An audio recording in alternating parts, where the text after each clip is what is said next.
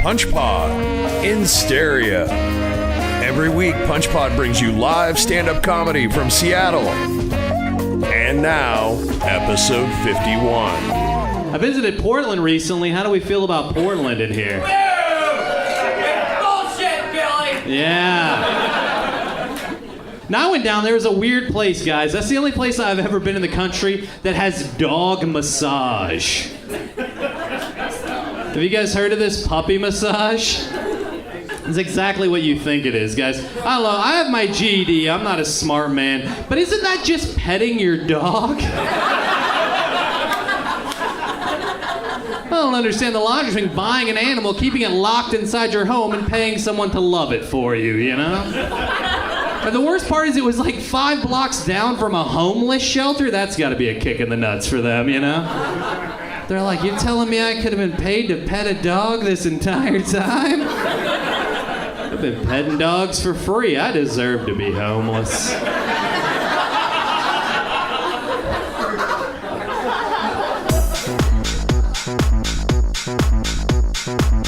It sucks being fat. Like, I want to lose weight, like for health reasons, but mainly just because I want more women to want to have sex with me. That would be good. Like, it never happens. One woman did want to have sex with me, though, and I was like, this is good. And then she was like, you should know, though, that I'm married. And then she was like, well, you should also know that it's an open marriage. And I was like, well, you should know that second part wasn't necessary because I'm a bad person.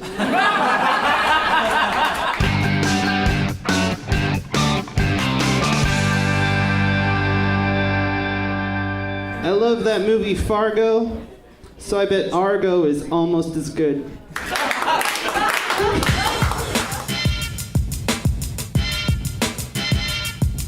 So I went over to my mom and had a drink with her. And we got into the same discussion we always get into. She is baby crazy. She wants a baby so bad. She wanted me to get my girlfriend pregnant, but we had broken up and she didn't want to get pregnant, so I thought that would be rude.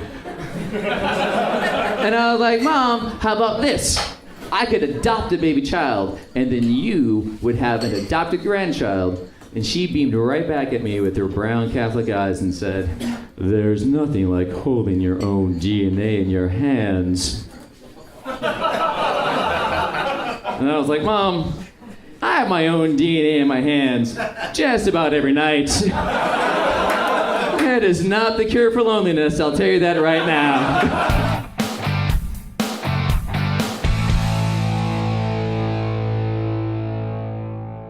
We just had a whole month dedicated to prostate cancer awareness, and I think that's great. That's noble. I think we probably should have at least a week of empathy for the guy whose job it is to stick his finger up guys' butts. That's a long day.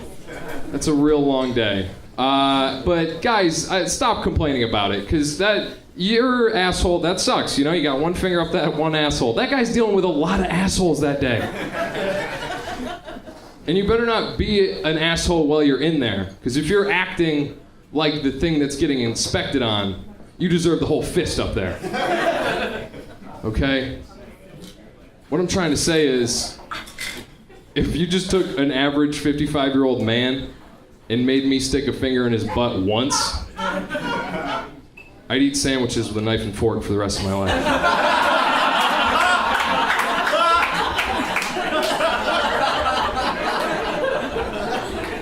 Think about that the next time the doctor's driving the nice car, okay? Well, maybe he deserves it. When I first joined Facebook, there were no dead people on it. Like none.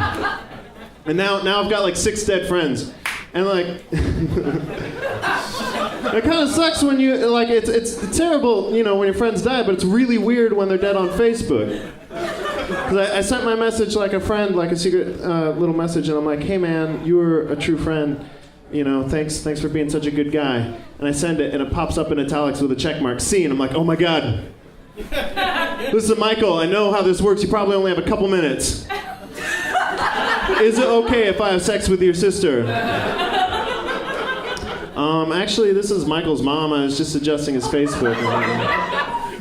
She's like, hey, could you stop inviting him to your comedy shit? He's dead. That's really inconsiderate. I'm like, okay, but you should stop responding, maybe. It's really fucking with me. Because when he was alive, he did that too. And he never showed up then either. For the past year and a half, I was kind of living sort of the bachelor kind of lifestyle, and while it's appealing in some ways, you just, as a guy, sometimes you just get tired of fucking running out of soap. It just happens, right? I mean, right? Sometimes you just get in the shower and you're like, oh, all right. So I'm just not getting clean today. All right. Turn the water up a little hotter, scrub harder with the loofah, I guess. And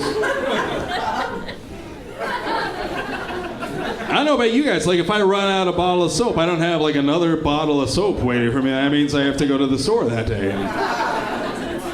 Sometimes that doesn't even happen. You get the bottom of a bottle of shampoo.